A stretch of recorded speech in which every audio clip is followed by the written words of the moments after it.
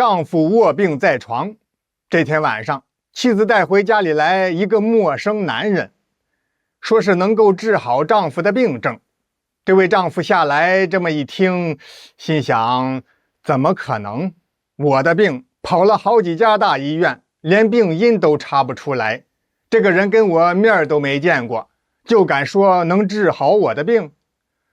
可妻子譚多多說，這個人的氣功可神了，專治疑難雜症，是他從網絡上認識的。丈夫下來就更不以為然了，但礙於情面，人家來都来了，就讓他試試吧。這位號稱用氣功治療疑難雜症的男人胡一春，當晚就住在了夏來和譚多多的家裡，睡在小臥室。到了半夜，丈夫下來睡醒一覺，發現妻子沒在床上，他的腦袋嗡的一聲就大了。多多他不在床上睡覺幹嘛去了？下來用胳膊強撐着身體，吃力地爬了起來。他這個怪病就是渾身無力，動彈不得，現在竟然能夠自己下床，而且是正常的步伐，輕手輕腳的走出臥室。到衛生間一看，沒人，客廳沒人，廚房也沒人。下來趕忙走到小臥室門口，定了定心神，他才抬手試了試，這屋的门並沒有反鎖，虛掩着呢。下來推門進屋，借着月光的亮度，屋裡並不是太暗，能夠很清楚地看到床上躺着的這位胡一春睡得正香。還好妻子譚多多並沒有來這裡。可多多他跑哪兒去了呢？這大半夜的。下來悄悄回屋，發現妻子譚多多正在床上坐着呢，把他嚇了一大跳。譚多多也很吃驚，老公，我剛才看到你下床了，還以為你是夢遊呢，因為你從來都是一覺到天亮啊。另外你這突然能自己下地走路了，我就沒敢驚動你。原來譚多多今晚一直沒睡着，爬起来到陽台上去了。看到丈夫下來自己下床出屋之後，她才回到床上來坐着，正琢磨着出去看看下來到底是夢遊還是怎麼回事呢。下來就回屋來了。多多，我說你領回来這個人真能治病嗎？他是醫生嗎？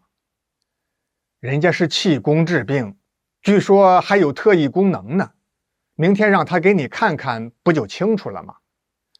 下來再仔細一問，妻子譚多多才說明白，原來是她在網上查詢丈夫這個病症的時候，這位胡一春主動打招呼，跟譚多多聊了起来，自稱是氣功大師，可以用特異功能治療任何的疑难雜症。下來一拍大腿，哎，你肯定是上當了，哪有什麼特異功能，肯定是個騙子。天快要亮的時候，夫妻倆才算是迷迷糊糊睡了一會兒。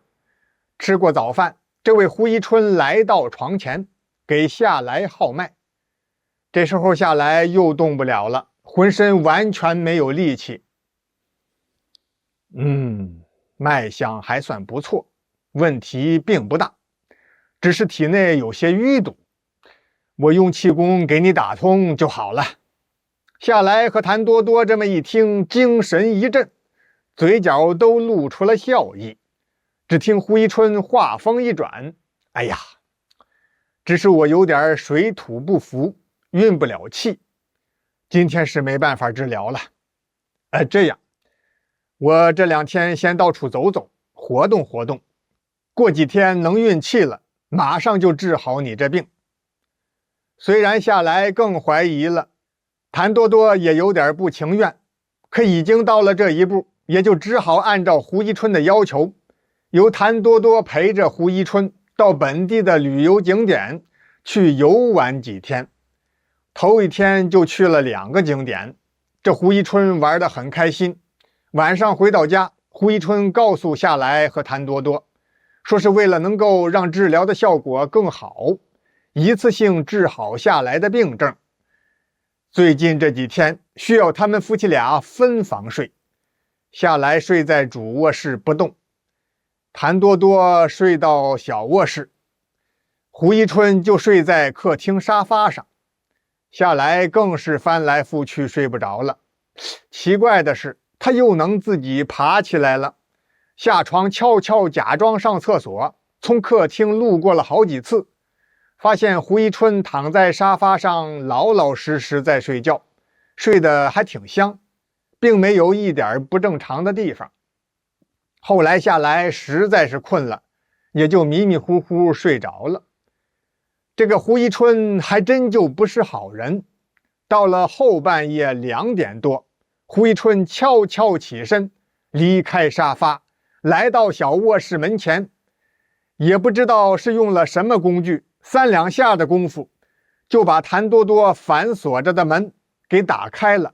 躡足千蹤進屋之後，站在床邊，從口袋裡掏出一塊手帕，這手帕上塗抹了一種迷藥，只要是被這迷藥手帕捂住口鼻，無論你是誰，用不了3秒鐘準得暈倒，任由他人摆布。現在你看着胡一春，他把這塊手帕往睡在床上的谭多多的嘴上就這麼捂了上去，就差幾厘米了。突然有人大聲敲门，在這夜深人靜的时候，突然这麼大聲的砸門，準有急事，而且不會是什麼好事情啊。胡一春反應可真快，他迅速收起手帕，噌的一下子就鑽出小臥室，回到客廳沙發上，然後覺得還是不行，胡一春趕忙躲進了廁所，反鎖上了門。這時候谭多多已經被吵醒了，揉着惺忪的睡眼，走到門口就問：誰呀？我，谭姐，我是物業的小趙啊，找你們家有點急事兒。谭多多听出來了，是物業趙經理的聲音，透過貓眼又看了看，沒錯，是他。谭多多剛把門打開，首先鑽進來幾個魁梧的男人，分別奔向幾間屋子。這時候丈夫下來也掙扎着走出了臥室，被這突然而至的幾名大漢給嚇得不輕，簡直都要蹦起來了。幹什麼？你們是什麼人？那麼這幾位究竟是什麼人啊？是便衣警察，專門來抓捕胡一春的。胡一春就是個江湖騙子，靠着滿嘴胡說，騙吃騙喝，騙財騙色，警方已經追蹤他很久了。現在胡一春躲在廁所裡，那哪能躲得過呀？想跳窗逃跑，沒敢，因為樓層太高了，只能是被捕歸案，等待法律的嚴懲。經過這麼一番折騰，下來和譚多多夫妻倆都被嚇得不輕。意外的好事情是，丈夫下來的病啊，不治自癒了，身體比以前還靈活呢。妻子譚多多呢，也長心眼兒了，再也不隨意相信不知根知底的陌生人了。